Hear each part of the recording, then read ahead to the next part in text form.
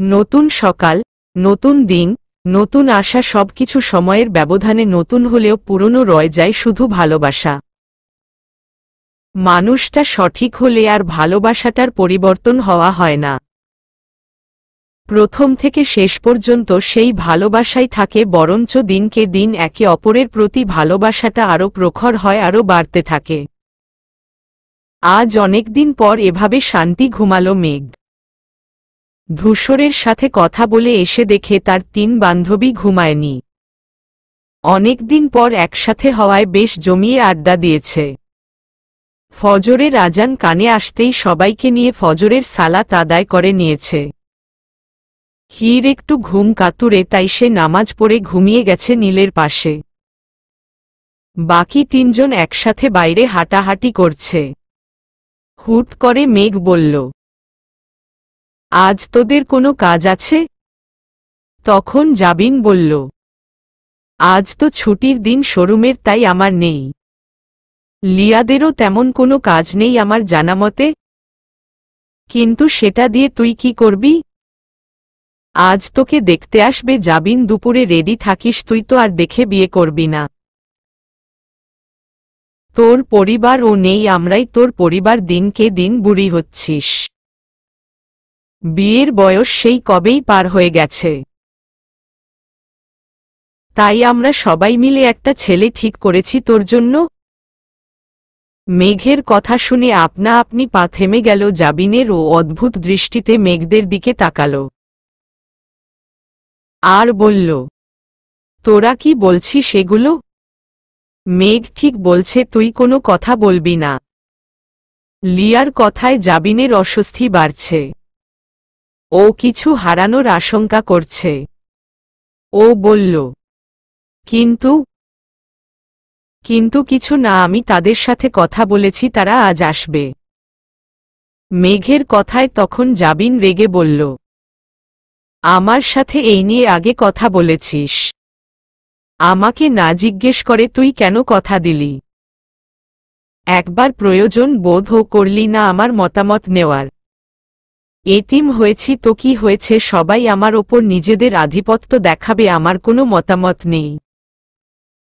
তোদের সাহস হলো কি করে আমাকে না জানিয়ে আমার বিয়ের ব্যাপারে কথা বলতে?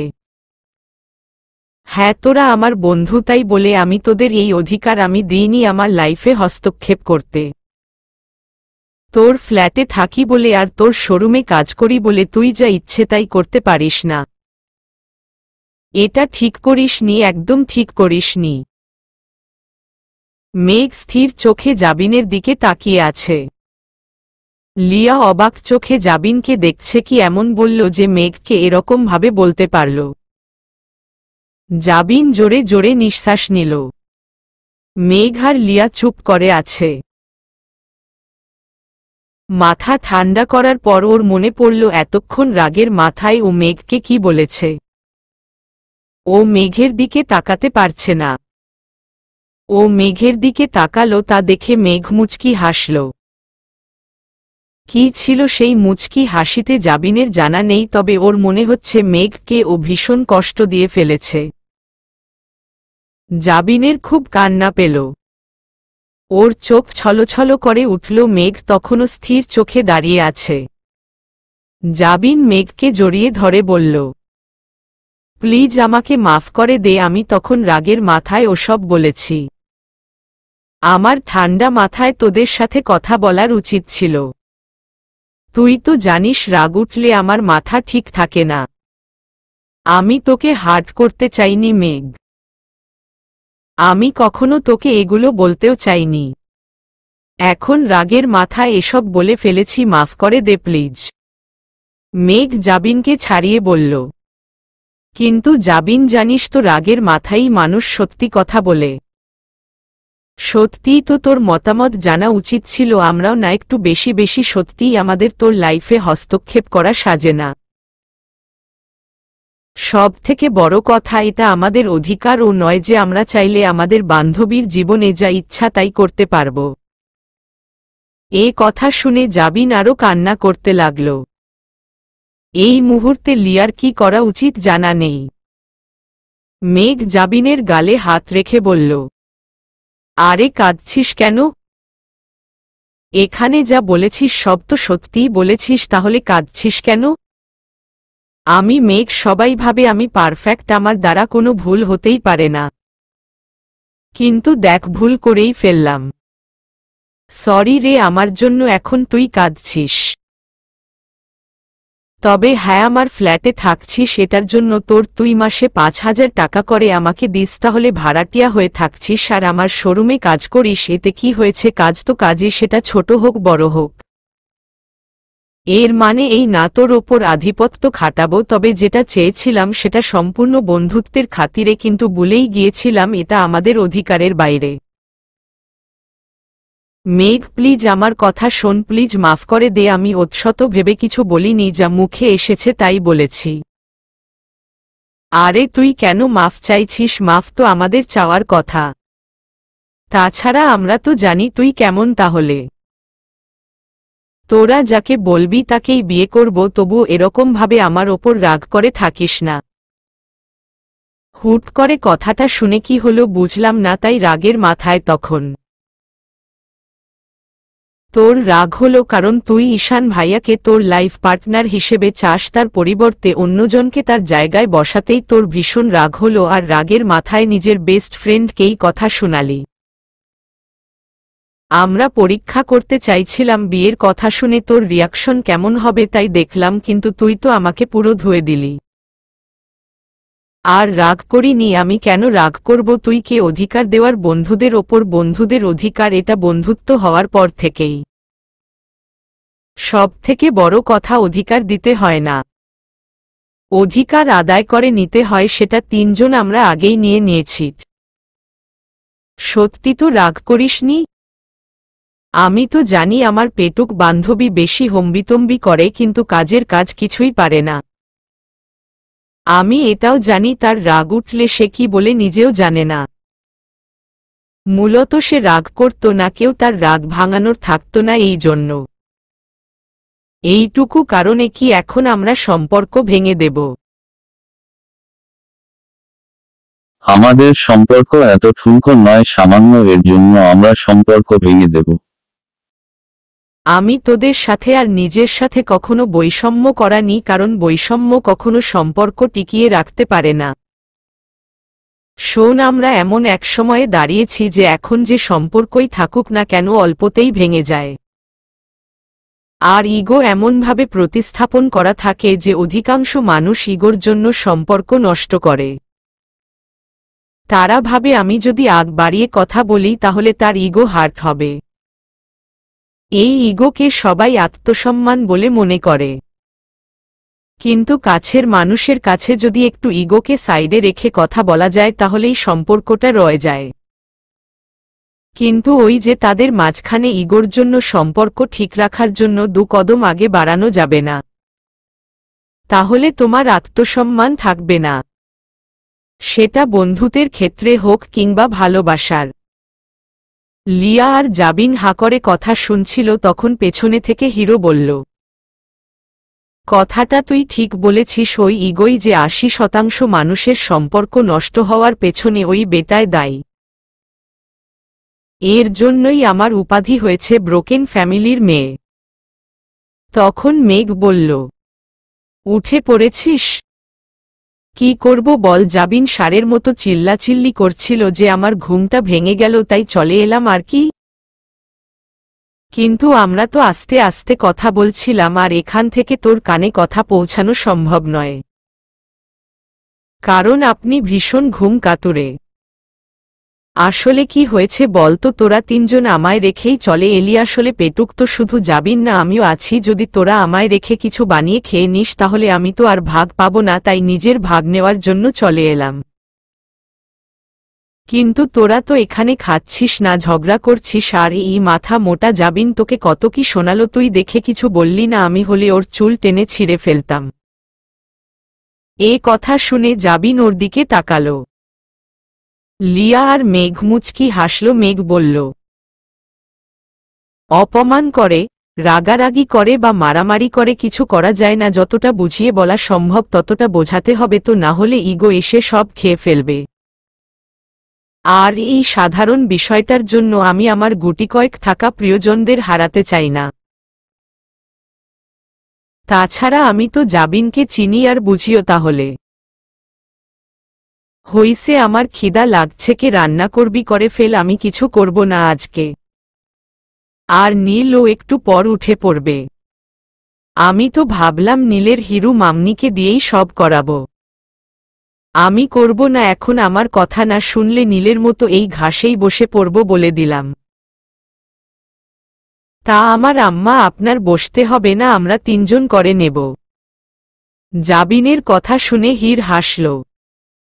ওর বিশ্বজয়ের হাসি দেখে তিনজন ও হেসে ফেলল। জাবিন মেঘকে জড়িয়ে ধরল, এই মেয়েটা তাকে এত বুঝে কেন। ওদের দেখাদেখি বাকি দুজন ও জড়িয়ে ধরল। তারপর ভেতরে গেল। নাস্তা বানালো, নীলকে ঘুম থেকে তুলে সবাই একসাথে ব্রেকফাস্ট করল।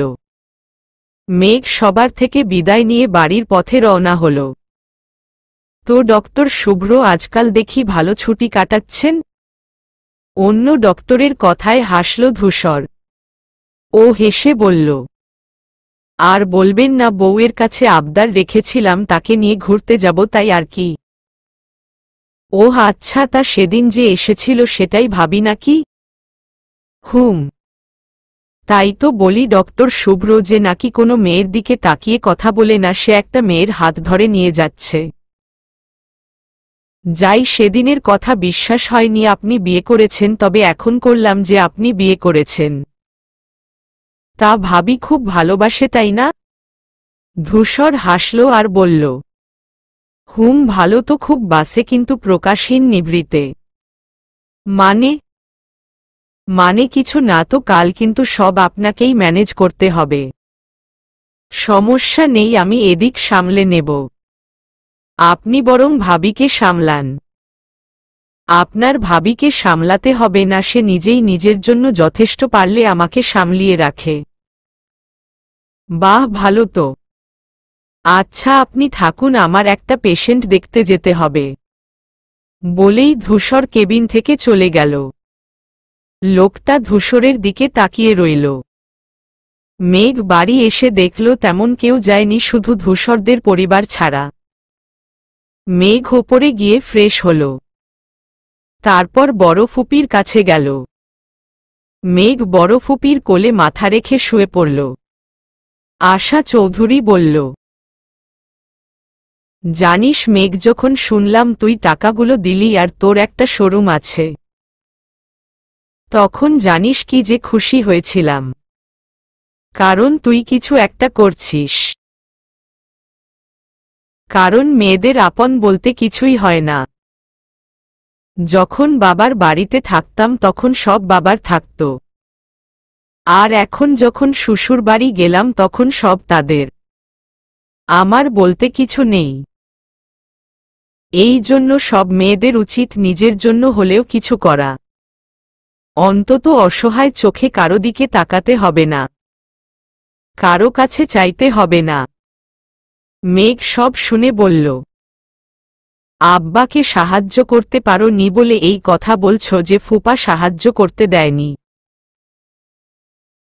না, এটা তার জন্য বলছি না, এটা এক চিরন্তন সত্য যে মেয়েদের নিজের বলতে কিছু হয় না। বিয়ের আগে বাবার বাড়ি, বিয়ের পর হয় শ্বশুর বাড়ি, এখানে মেয়েদের নিজের বাড়ি বলতে কিছু আছে না, এখানে নেই। সব মেয়ের একটু হলেও স্বাবলম্বী হওয়া উচিত। তোর জন্য আমার গর্ব হচ্ছে, বুঝলি? আমার শোরুম আছে শোনার পর আমার পরিবারের রিয়াকশন কেমন ছিল একটু বলো তো শুনি। সবাই যেন মাত্র টুপ করে আকাশ থেকে পড়ল। কিন্তু তোর আব্বার মুখে ছিল তৃপ্তির হাসি। তবে জানিস তো, মানুষ শত ভালো কাজ করলেও ছোট একটা বিষয় ভুল পেলে সেটা নিয়ে মানুষ সমালোচনা করবেই। মানে কেউ কিছু বলেছে নাকি? সবাই যাওয়ার পর আয়না বলছিল তোর শোরুম থেকে শপিং করলো, তাহলে টাকা কেন নিল? কিন্তু তুই যে 10% ছাড় দিয়েছিস সেটা বলল না। পরে আমিও বলে দিয়েছি ও কেন সব ফ্রিতে দেবে। মেঘ কি ওগুলো ফ্রিতে এনেছে? সেগুলো তো কিনেই এনেছে। তাহলে ফ্রি কেন দেবে? তারপর আর কিছু বলেনি। ঠিক বলেছ ফুপি। তবে একটা কথা সবার মনে রাখা উচিত, জীবনে তুমি তখনই এগোতে পারবে যখন পার্সোনাল আর প্রফেশনাল লাইফ আলাদা রাখতে পারবে। আচ্ছা ছোট ফুপি আমায় নিয়ে এত সমালোচনা করে, উনি কি বোঝে না নাকি জানে না? আবু হাতিম ইবনু হিব্বান আল বুসতি রাহিমাহুল্লাহ বলেন, জ্ঞানীদের উপর আবশ্যক হল অপর মানুষের মন্দচারী থেকে নিজেকে পূর্ণভাবে মুক্ত রাখা, নিজের দোষত্রুটি সংশোধনার্থে সর্বদা নিমগ্ন থাকা। যে ব্যক্তি অপরেরটা পরিত্যাগ করে নিজের ভুলত্রুটি সংশোধনে সদা ব্যস্ত থাকে, তার দেহমন শান্তিতে থাকে। পক্ষান্তরে যে অন্য মানুষ সম্পর্কে মন্দ ধারণা করে, তার অন্তর মরে যায়, আত্মিক অশান্তি বেড়ে যায় এবং তার অন্যায় কর্মও বৃদ্ধি পায়। রওয়াতুল উকালা, প্রি 131। ছোট ফুপির দিনকে দিন অন্যায় বেড়েই যাচ্ছে। এমন না হয় ওনাকে আমি ক্ষমা করতে না পারি। মেঘ অন্যমনস্ক হয়ে শেষের দুই বিকৃত বলল, তখন বড় ফুপি বলল, কি বলছিস মেঘ, আয়না কি অন্যায় করেছে? তেমন কিছু না, ভালো করে মাথায় হাত বুলিয়ে দাও, ঘুমাবো। মেঘ চোখ বন্ধ করে নিল। আশা চৌধুরী কিছু বললেন না। এদিকে বাইরে দাঁড়িয়ে কেউ একজন মেঘের কথা শুনল কিন্তু বুঝতে পারল না। সে চলে গেল ওখান থেকে। অতঃপর একদিন পর ধূসর আর মেঘের কাঙ্ক্ষিত দিন এসেই পড়ল। 3টায় মেঘকে পিক করে নেবে ধূসর, তেমনতাই কথা হয়েছে। ধূসর রেডি হল, ছাদ থেকে মেঘের কথা মতো গোলাপ পকেটে গুজল। মুচকি হেসে সবার থেকে বিদায় নিয়ে রওনা হল মেঘকে নিতে। এদিকে মেঘ সাদা শাড়ি পরে রেডি, সে সুন্দর করে হিজাব আর নিকাব বাঁধল। হাতে ধূসরের দেওয়া ব্রেসলেট, ফুলহাতা ব্লাউজের সাথে কুচি দিয়ে শাড়ি পরেছে। সবকিছু সাদা, এক কথায় মেঘকে শুভ্র মেঘের টুকরো লাগছে। ধূসর এসে মেঘকে ফোন দিল। মেঘ ফোন তুলে সালাম দিয়ে বলল, ড্রয়িং রুমে বসতে, ও 2 মিনিটের মধ্যে নিচে আসছে। ধূসর ড্রয়িং রুমে আসলো। মায়মুনা চৌধুরী, মুন, আশা চৌধুরী, আয়না চৌধুরী, শিফা আর শিফার মা মিলে কথা বলছিল। ওনারা এখনো যাননি। ধূসর যেতেই সকলকে সালাম দিল। আসসালামু আলাইকুম। মায়মুনা চৌধুরী বললেন, ওয়ালাইকুমুস সালাম। এসো বসো। তা ধূসর হঠাৎ এখানে? কেমন আছো তুমি? আলহামদুলিল্লাহ ভালো, আপনারা কেমন আছেন? জি আলহামদুলিল্লাহ ভালো। আসলে হঠাৎ না, আমি আর মেঘ বের হব একটু, তাই ওকে নিতে এসেছি। ওহ আচ্ছা, তুমি একটু বসো, শরবত বানিয়ে আনছি। না মা, তার দরকার হবে না। আমি কিছু খাবো না। তখন আয়না চৌধুরী বলল, আগে তো একদমই আসতে না, এখন তো দেখছি সপ্তাহ ঘুরতে না ঘুরতেই এখানে আসো। ধূসর হাসল, এই মহিলাকে তার চেনা শেষ। ধূসর মুচকি হেসে বলল, কি করব বলুন ছোট ফুপি, বউটাই যে এখানে থাকে। সপ্তাহ তো দূর, প্রতিদিন আসা উচিত। আমার বউটা যে অনেক আদরের আমার। আগে বউ মানা করত, তাই আসতাম না, এই আর কি। এ কথা শুনে আয়না চৌধুরী নিজেই লজ্জা পেল। বাকি সবাই মিটিমিটি হাসছে। তখন মেঘ শাড়ির কুচি ধরে সিঁড়ি দিয়ে নামছে। ও নেমেই বলল, তো মিস্টার, যাওয়া যাক। সরি, 2 মিনিট লেট হল। ধূসর এগিয়ে গেল।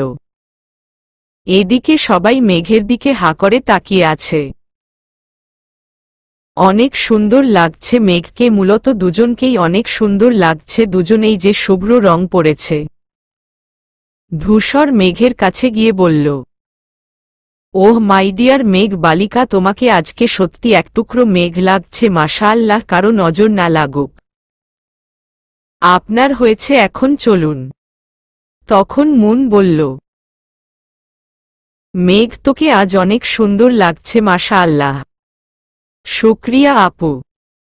তো কোথায় যাচ্ছিস তোরা, কোথাও ইনভাইটেড নাকি? না, আজকে একটু রিক্সাবিলাস করতে যাচ্ছি আপু। ধূসরের কথায় সবাই অবাক হল। ধূসর মেঘের হাত ধরে বলল, আজ আসি আপু, মেঘ এসে না হয় আপনাদের গল্প বলবে। আল্লাহ হাফেজ। ধূসর মেঘকে নিয়ে চলে গেল। বাকি সবাই শুধু দেখে গেল, অবশ্য ওদের প্রশংসাও করল। মেঘ বাইরে আসতেই দেখতে পেল একটা রিকশা দাঁড় করানো, রিকশাওয়ালার পরনে সাদা ফুতুয়া আর সাদা লুঙ্গি। মেঘের মনে পড়ল সেদিনের কথা, তা দেখে মেঘ বলল, রিকশাটাও সাদা রং করে নিয়ে আসতেন। সরি, ওটা সম্ভব হয়নি। ধুর, আমি এমনিই বলছিলাম, উঠুন তো। ধূসর আর মেঘ রিকশায় উঠল। মেঘ ব্যাগ থেকে একটা মাস্ক বের করে ধূসরকে পরিয়ে দিল। তা দেখে ধূসর বলল, বাহ, নিষ্ঠুর মেয়েটা, এত পসেসিভ। অন্য মেয়েরা যাতে আমাকে না দেখে সেই জন্য মাস্ক এনেছে। আমার মতে কিছু কিছু বিষয়ে সবার স্বার্থপর হওয়া ফরজ। আচ্ছা, তো কোথায় যাবেন ম্যাডাম? একটা নির্জন লেকের ধারে, যেখানে সামনে পানি, মাথার ওপর সবুজ গাছ, খোলা আকাশ, ঠান্ডা বিশুদ্ধ বাতাস। আমি বলছি উনি চলতে থাকুক। আচ্ছা ঠিক আছে। রিকশা চলতে শুরু করল। ধূসর আর মেঘ নিশ্চুপ হয়ে বসে আছে। কিছুক্ষণ পর মেঘ ধূসরের হাত জড়িয়ে ওর কাঁধে মাথা রাখল। ধূসর ও হেসে মেঘকে এক হাত দিয়ে আগলে ধরল। প্রায় ২০ মিনিট পর ওরা একটা লেকের ধারে এলো। জায়গা একবারে শান্ত, মেঘ যেমনটা বলেছিল ঠিক তেমনটাই। ওরা নামল লেকের ধারে একটা বেঞ্চ পাতা। মেঘ সেখানে গিয়ে বসল, ধূসর ও সেখানে গিয়ে ওর পাশে বসল। ধূসর বলল, তো এরকম জায়গার হদিস পেলেন কোথায় মিসেস? এই জায়গায় আমি প্রায়ই আসি নিজেকে শান্ত করতে, বলতে পারেন মানসিক শান্তি পেতে। আমি প্রকৃতি ভালোবাসি, এই জায়গায় আসলেও মনটা একদম শান্ত হয়ে যায়। ওহ আচ্ছা। তখনই একটা ছোট পিচ্চি ছেলে হাতে একটা চিরকুট আর লাল গোলাপ নিয়ে ধূসরের কাছে এসে বলল, এগুলো আপনার জন্য। ধূসর ওগুলো নিয়ে পাশে তাকাতেই দেখল মেঘ নেই। ছেলেটিও দিয়ে চলে গেছে। ও আশেপাশে তাকালো, মেঘকে কোথাও পেল না।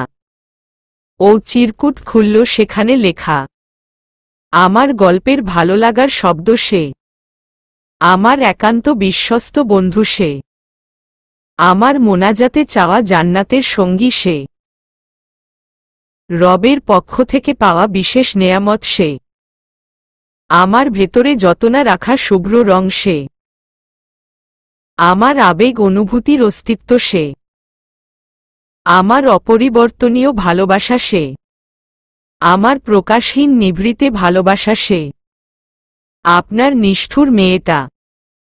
এই চিরকুট পড়ে ধূসরের মুখে আপনা আপনি হাসি ফুটে উঠল। আর বলল, চিরকুটটা যে লিখেছে ধূসর রাঙা মেঘ সে। তখনই ছোট একটা বাচ্চা মেয়ে একটা বেলুন আর একটা চিরকুট নিয়ে ধূসরকে দিল। ধূসর মুচকি হেসে চিরকুট খুলে পড়তে লাগল। একটা সময় খুব করে চাইতাম বসন্ত ভোরের স্নিগ্ধ হাওয়া বেশে প্রাসন্তীর আবেশ নিয়ে আমার জীবনে কারো আগমন হোক, যার হাতে হাত রেখে চলব সারাটা জীবন, যে জীবন রাঙানোর তাগিদ দেবে। অতঃপর বসন্তের মতোই আপনার আগমন ঘটল এই ছোট মেঘের জীবনে। এই রঙহীন ধূসর রাঙা মেঘের জীবনে আসলো শুভ্র রঙের অদ্ভুত রঙিন করা মানুষটা। জানেন সেই মানুষটি আপনি।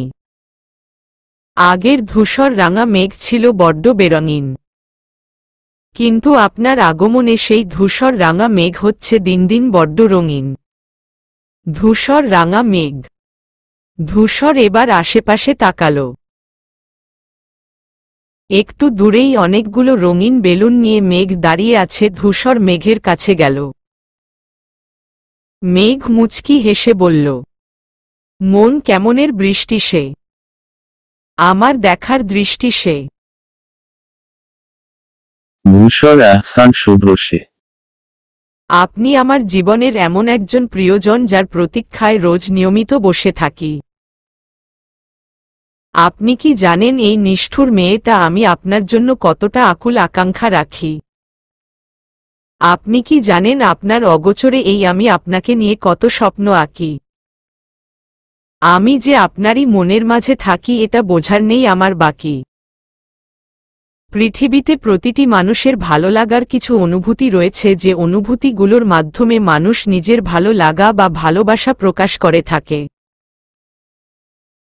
পৃথিবীতে প্রতিটি মানুষের ভালো লাগার অনুভূতিগুলো তাদের প্রিয়জনদের জন্যই হয়।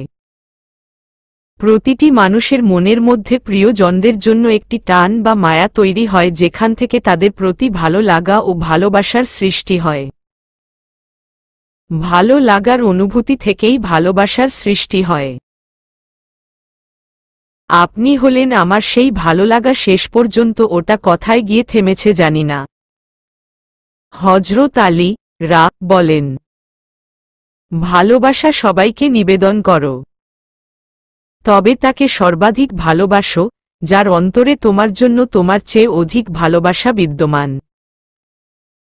আপনাকে এতদিন প্রকাশহীনভাবে ভালোবাসলাম, অথচ আপনি কি করলেন? নিষ্ঠুর মেয়ে উপাধি দিলেন শুধু মুখে প্রকাশ করি না বলে। আজ এই নিষ্ঠুর মেয়েটা তার অনুভূতি আপনাকে জানাবে। এই নিষ্ঠুর মেয়েটা আপনাকে অনেক। মেঘ আর কিছু বলতে পারল না।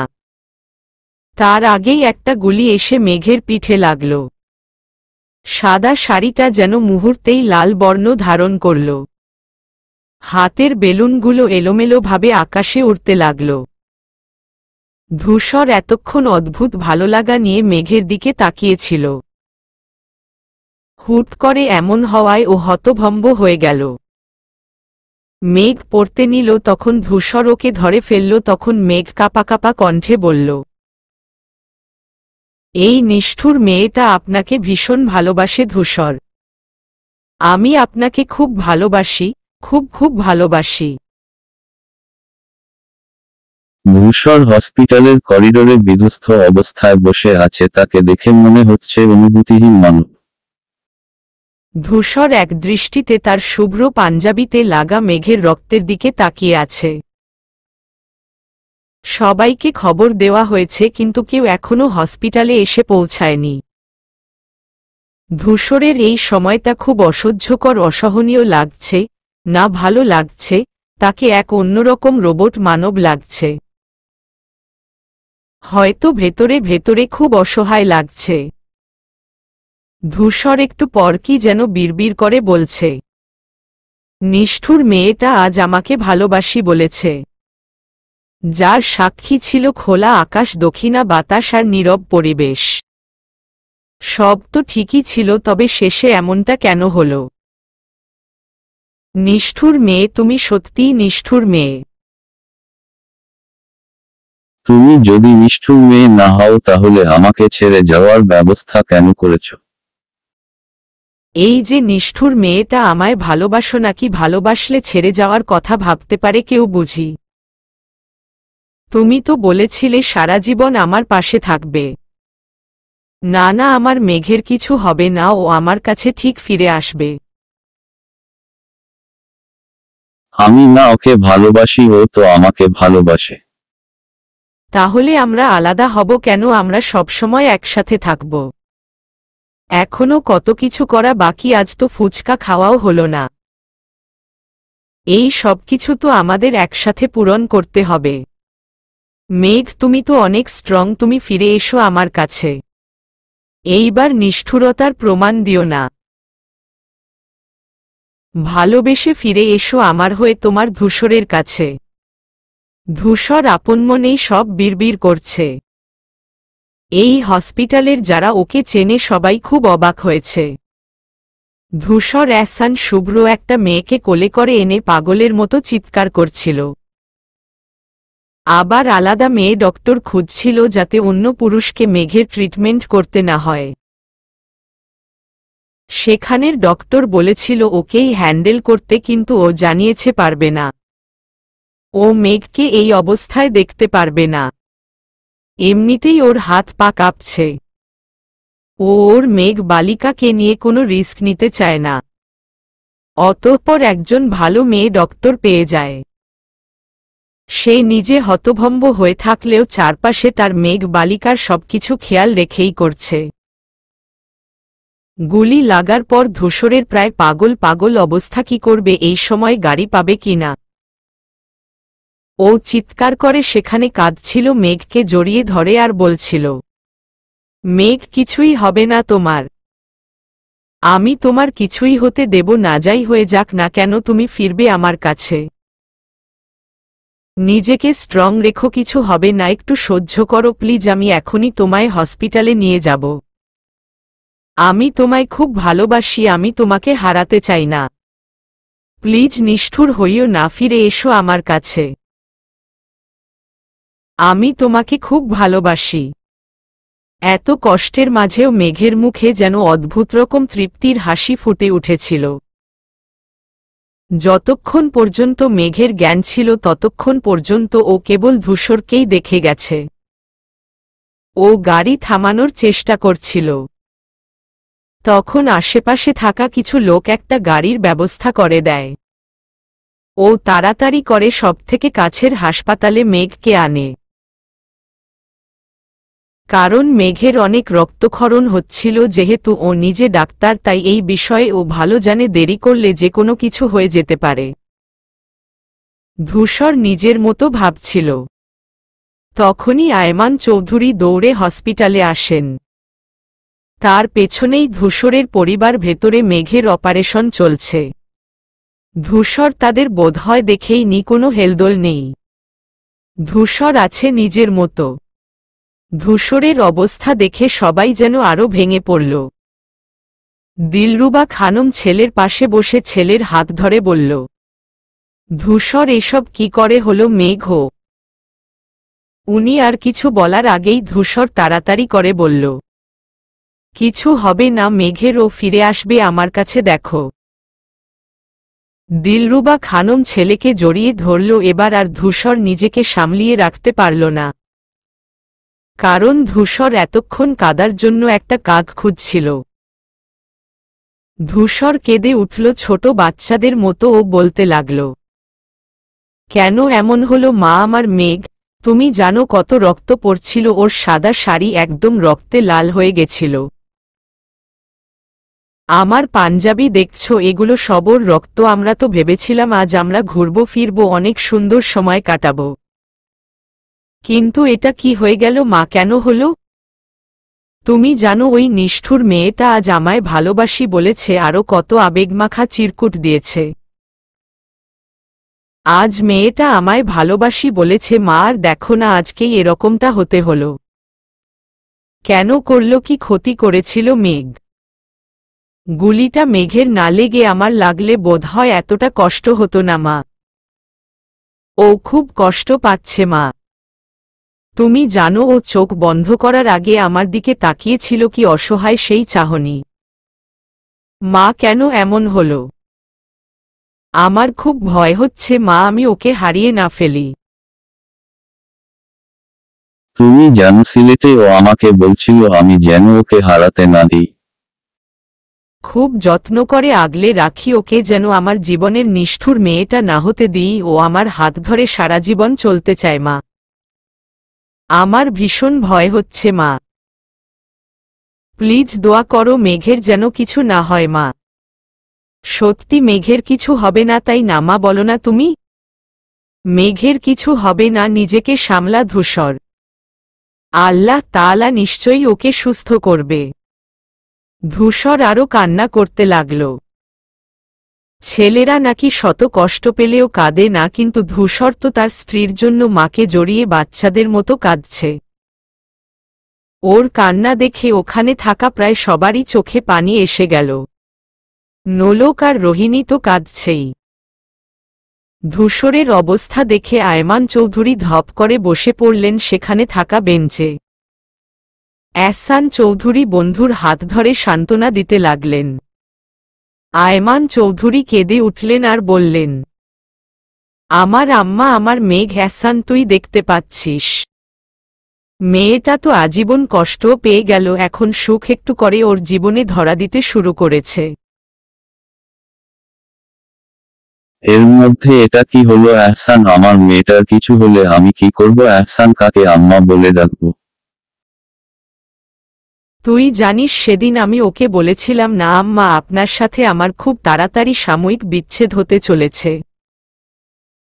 তখন আমার মেয়ে আমাকে কি বলেছিল জানিস? আব্বা, সাময়িক বিচ্ছেদেই এত কষ্ট পাচ্ছেন, তখন এই ইহকালে একেবারের জন্য বিচ্ছেদ হবে, তখন কি করবেন? ওই কথাটা শুনে আমি থমকে গিয়েছিলাম জানিস তুই, আমি তো ওকে ছাড়া ভাবতেই পারি না। আমি ওকে খুব ভালোবাসি, আমি ওকে হারাতে চাই না এহসান, ও যে আমার সবচেয়ে কাছের বিশ্বস্ত বন্ধু। তখনই সেখানে চৌধুরী বাড়ির সকলে এলেন। মায়মুনা চৌধুরীর চোখেও আজ পানি দেখা গেল, হাজার হোক মাতো। ওই বাড়িতে থাকা সকালেও এসেছে আয়না চৌধুরী বাদে। সবাই এসে মেঘের অবস্থা জিজ্ঞেস করল, কিন্তু তেমন কিছু কেউ বলতে পারল না। মায়মুনা চৌধুরী ঠাই বেঞ্চে বসে আছে। ধূসর এখনো মায়ের কাঁধে মাথা দিয়ে শুয়ে আছে, চোখ দিয়ে নীরবে পানি পড়ছে, একটু পরপর হাতের কনুই দিয়ে মুছছে। তাকে দেখে 5 বছরের ছোট বাচ্চা লাগছে। ছেলের কান্নায় তার কলিজাটা ফেটে যাচ্ছে, কিন্তু এখন সেও যদি ভেঙে পড়ে তাহলে তার ছেলে আরও ভেঙে পড়বে। চৌধুরী বাড়ির সকলে ধূসর নামক মানবটার দিকে অবাক চোখে তাকিয়ে আছে। এটাকেই বোধহয় প্রকৃত ভালোবাসা বলে। তার কিছুক্ষণ পর লিয়া আর হীরকে দৌড়ে আসতে দেখা গেল।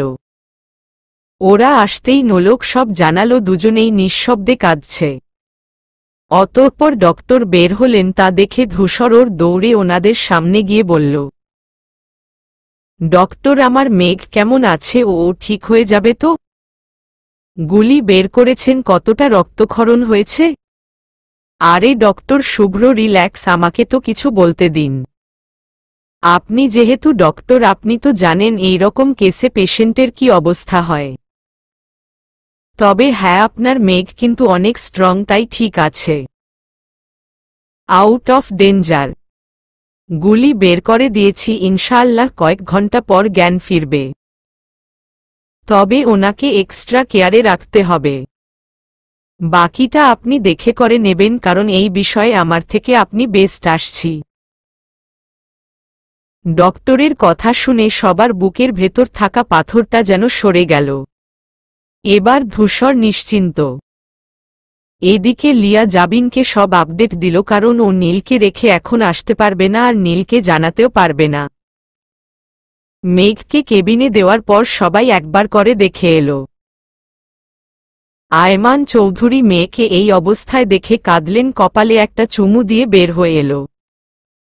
সবার শেষে ঢুকল ধূসর। ধূসর গিয়ে মেঘের পাশে থাকা টুলে বসল। তারপর মেঘের হাতে একটা চুমু খেয়ে বলল, শুনতে পাচ্ছ নিষ্ঠুর মেয়ে, তাড়াতাড়ি চোখ খুলো, তোমার চোখ দুটো দেখার জন্য তোমার জামাই ছটফট করছে। সাধে কি তোমায় নিষ্ঠুর মেয়ে বলি? আমার সুখ একটু ও সহ্য হয় না তোমার। যেই তুমি আমায় ভালোবাসার অনুভূতি বলতে লাগলে, আমি একটু সুখ সুখ অনুভূতি অনুভব করছিলাম, অমনি আমার সুখে বাগড়া দিয়ে গুলি খেয়ে নিলে। একবার সুস্থ হও, এর সবকিছুর শোধ তুলব আমি। নিজের বোকা বোকা কথাগুলো বলে ধূসর একা একাই হাসল আর বলল, ভালোবাসি আমার ধূসর রাঙা মেঘকে, ভালোবাসি আমার নিষ্ঠুর মেয়েটাকে। তাড়াতাড়ি সুস্থ হয়ে যাও, কারণ তোমাকে আমি এই অবস্থায় সহ্য করতে পারছি না। আর হ্যাঁ, তুমি সুস্থ হলে আমরা আজকের আমাদের প্ল্যান করা মুহূর্ত সব পূরণ করব। তাড়াতাড়ি সুস্থ হয়ে যাও আমার মেঘ বালিকা। প্রায় 5 ঘন্টা পর রাত 11টার দিকে মেঘের জ্ঞান ফিরল।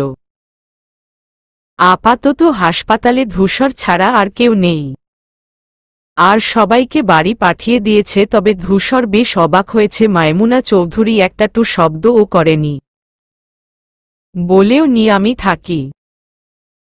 ধূসর ও কিছু বলেনি, তবে মনে মধ্যে কিছু একটা কিন্তু রয়েই যায়।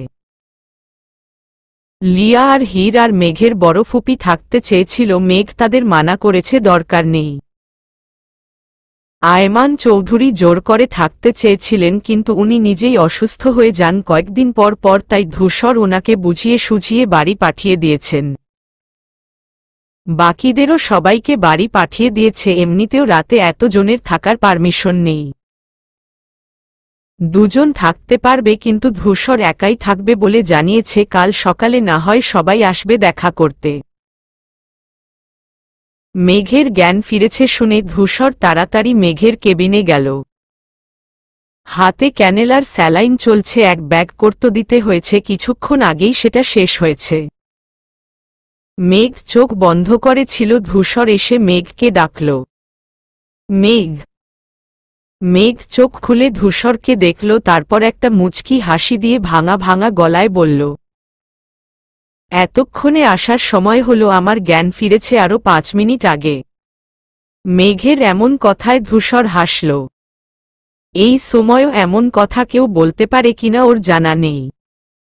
ধূসর হেসে বলল, সরি, ডক্টরের সাথে কথা বলছিলাম।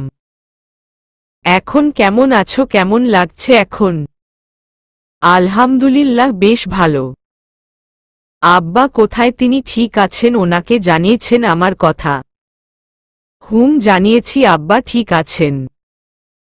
তিনি এসেছিলেন? শুধু তিনি না, সবাই এসেছিল, আমার পরিবার, তোমার পরিবার, লিয়াহির, সবাই এসেছিল। আমি সবাইকে বাড়ি পাঠিয়ে দিয়েছি। কেউ থাকতে চাইনি এখানে?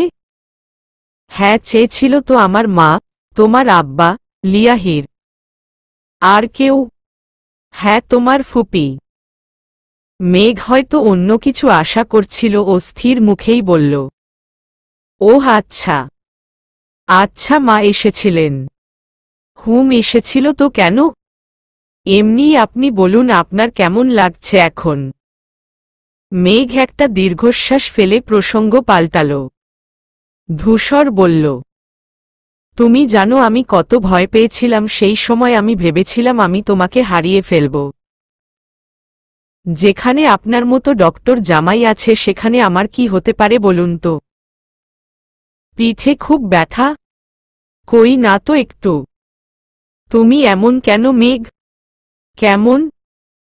খুব নিষ্ঠুর আর স্ট্রং যে নাকি এরকম অবস্থায়, ও বলছে একটু। তা আজ নিষ্ঠুর মেয়েটাকে ওখানে ছেড়ে দিলেই পারতেন, নিষ্ঠুর মেয়েটা বিলীন হয়ে যেত, এই পৃথিবীর বুক থেকে কেউ কেউ স্বস্তির নিঃশ্বাস নিত।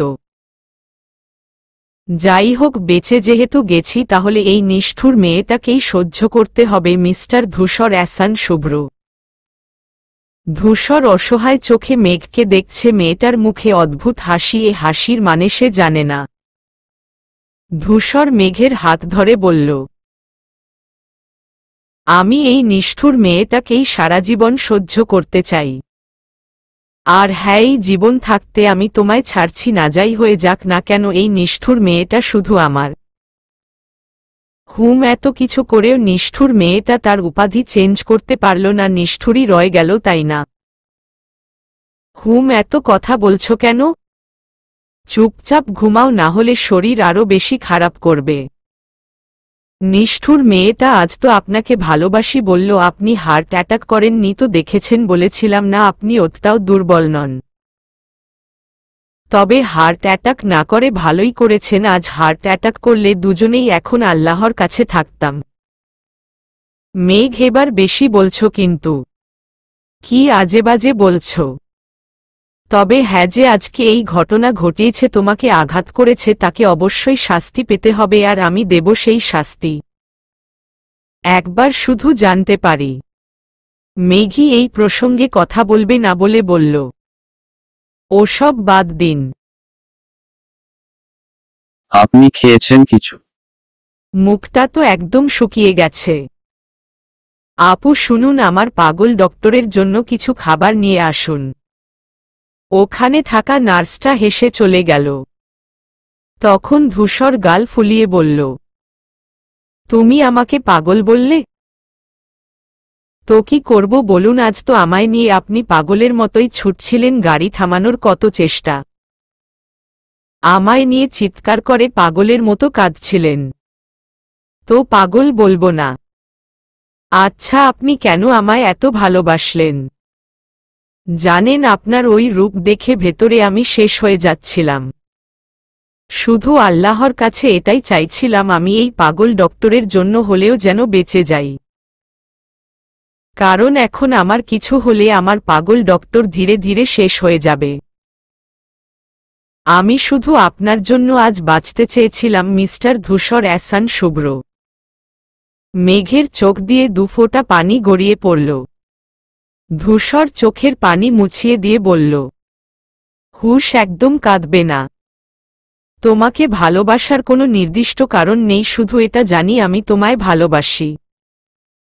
তুমি আমার জীবনের বিরাট বিশেষ এক অংশ, যাকে আমি কোনো মূল্যেই হারাতে চাই না। নির্জন ধূসর আকাশের শুভ্র মেঘ তুমি। আর হ্যাঁ, অনেক কথা বলছো, এবার চুপ, একটাও কথা না। ততক্ষণে নার্স ধূসরের খাবার নিয়ে এলো। তখন মেঘ বলল, আচ্ছা, একটাও কথা বলবো না, আপনি খেয়ে নিন। ঠিক আছে। ধূসর খাচ্ছে আর মেঘের দিকে তাকাচ্ছে। আর মেঘ, সে তো একদৃষ্টিতে ধূসরকেই দেখছে। দেখতে দেখতেই মেঘ ঘুমিয়ে পড়ল।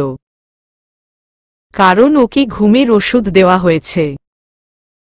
ধূসর খাওয়া শেষ করে হাত ধুয়ে মেঘের কপালে একটা চুমু দিয়ে বলল, তোমার অনুভূতি প্রকাশ আমাকে এতটাই মুগ্ধ করছিল যে অন্য সব দেখার সময়ই পাইনি। যদি আশেপাশে তাকাতাম তাহলে হয়তো এটা ফেস করতে হতো না। তুমি যে আমায় খুব ভালোবাসো সেটা আমি আগে থেকেই জানি, তবে তোমার মুখে ভালোবাসি শোনার বড্ড লোভ ছিল আমার, আজ পূর্ণ হল। আমি যে তোমায় প্রতিনিয়ত প্রতিদিন ভালোবাসি বলি, এর থেকে তোমার এত বছরের প্রকাশহীন ভালোবাসার আজকের প্রকাশটা আমার ভালোবাসা প্রকাশ করার থেকেও গভীর এবং সুন্দর অনুভূতি। এই দিনটা আর ওই মুহূর্তটা আমি কখনো ভুলব না।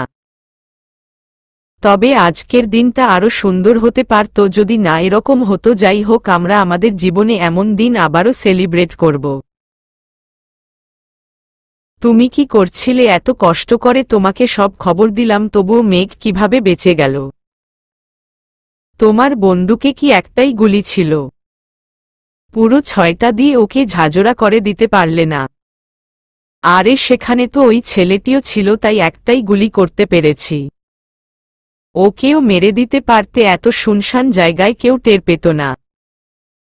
তোমাকে কে বলেছে ওরা একা ছিল? ওখানে আরো কয়েকটা বাচ্চা ছিল, ওদের মধ্যে একজন আমাকে দেখে ফেলেছিল, তাই তো তাড়াতাড়ি সরে পড়তে হলো। কি বলছো, তোমাকে দেখে ফেলেছে? না, তেমন ভাবে দেখতে পাইনি বোধহয়। আচ্ছা, যেভাবে গা ঢাকা দিয়ে আছো সেভাবেই থাকো, না হলে এতদিন পার পেয়ে গেলেও এবার পার পাবে না। কারণ আয়মান চৌধুরীর ধূসর এরা কেউ তোমাকে ছাড়বে না। সেটা দেখা যাবে, ওরা আমায় ছাড়ে না আমি ওদের ছাড়ি। সাবধানে থেকো, আর হ্যাঁ, আমাকে এই কদিন কোনোভাবেই কল দেবে না। শুধু নতুন প্ল্যান করলে মেসেজে জানিয়ে দেবে। ঠিক আছে। এই পাশের লোকটা রাখতেই অপর পাশের লোকটা বলে উঠল, মেঘ, তোর কই মাছের জান নাকি তোর বাবার মতো? যাই করি না কেন তোরা দুজন মরিসি না। কিন্তু এবার আর তোদের মারব না। এবার সবকিছু কেড়ে নেব। সকাল হতেই মেঘ দেখল ধূসর ওর হাতের ওপর মাথা দিয়ে শুয়ে আছে, তা দেখে মেঘ মুচকি হাসল। সকাল হতেই আয়মান চৌধুরী চলে এসেছেন, উনি বোধহয় সকাল হওয়ার অপেক্ষাই করছিলেন। ততক্ষণে ধূসরের ঘুম ভেঙে গেছে, ও ফ্রেশ হয়ে এসে মেঘের পাশে বসল, ভালোমন্দ জিজ্ঞেস করল। আয়মান চৌধুরী তাড়াতাড়ি করে মেঘের কেবিনে ঢুকল। আয়মান চৌধুরীর মেয়েকে এই অবস্থায় দেখে বুকটা মোচড় দিয়ে উঠল। মীর তার আব্বার অবস্থা বুঝতে পেরে বলল, আসসালামু আলাইকুম আব্বা। ধূসর টুলটা ছেড়ে দিল। আয়মান চৌধুরী তাতে বসে বললেন, ওয়ালাইকুমুস সালাম আম্মা, এখন কেমন লাগছে? আলহামদুলিল্লাহ ভালো। আপনি কেমন আছেন আব্বা? আমার মেয়েকে দেখতে পেয়ে আলহামদুলিল্লাহ ভালো আছি আম্মা। কাল কি আপনি কেঁদেছিলেন আব্বা? আপনার চোখ মুখ এমন কেন লাগছে, খেয়েছেন কিছু? সকালে খেয়ে এসেছি। আর কাল কাঁদিনি একটু, আমি জানি তো আমার আম্মা আমার কান্না একদম সহ্য করতে পারে না। একদম মিথ্যা কথা বলবেন না আব্বা। আমি জানি আপনার মেয়েকে এই অবস্থায় রেখে আপনার গলা দিয়ে খাবার নামবে না। ধূসর, আপনি প্লিজ আব্বা আর আপনার জন্য খাবার নিয়ে আসুন। ধূসর বাবা মেয়েকে রেখে চলে গেল। ও যেতেই আয়মান চৌধুরী বললেন, আম্মা আপনি সবকিছু বুঝতে পারেন কিভাবে? যেভাবে আপনি আমায় আম্মা ডাকেন। আচ্ছা, আর কেউ আসবে না বাড়ি থেকে? মানে মা? আমি জানি না, কাউকে বলে আসিনি, সকাল হতেই চলে এসেছি। রাতে ধূসর ফোন করে জানিয়েছিল আপনার জ্ঞান ফিরেছে। আর আপনার মা, তার খবর জানি না কিছুই। আচ্ছা আব্বা, আমি কি ওনার মেয়ে হতে পারিনি? যে আমার জন্য একটু সহানুভূতি ও জাগে না ওনার মনে? না আম্মা, আপনি ঠিকই তার মেয়ে হতে পেরেছেন, কিন্তু সে আপনার মা হয়ে উঠতে পারেনি। আচ্ছা আব্বা, ও টপিক বাদ দেন। শুধু শুধু মন খারাপ করে লাভ নেই। আপনারা আছেন তো আমার জন্য। মোট কথা ধূসর ও তার পরিবার আপনার জন্য আছে। কাল তো আপনি দেখেননি, আপনার জন্য সে ছোট বাচ্চাদের মতো কাঁদছিল। আপনাকে নিয়ে তার ভয় প্রকাশ করছিল। তার হাহাকারে ছিল আপনাকে নিয়ে শেষ পর্যন্ত পথ চলার তীব্র আকাঙ্ক্ষা। ধূসরের মতো কেউ আপনাকে এতটা ভালোবাসতে পারবে না। আপনি ভীষণ লাকি আম্মা যে ধূসরের মতো জীবনসঙ্গী পেয়েছেন।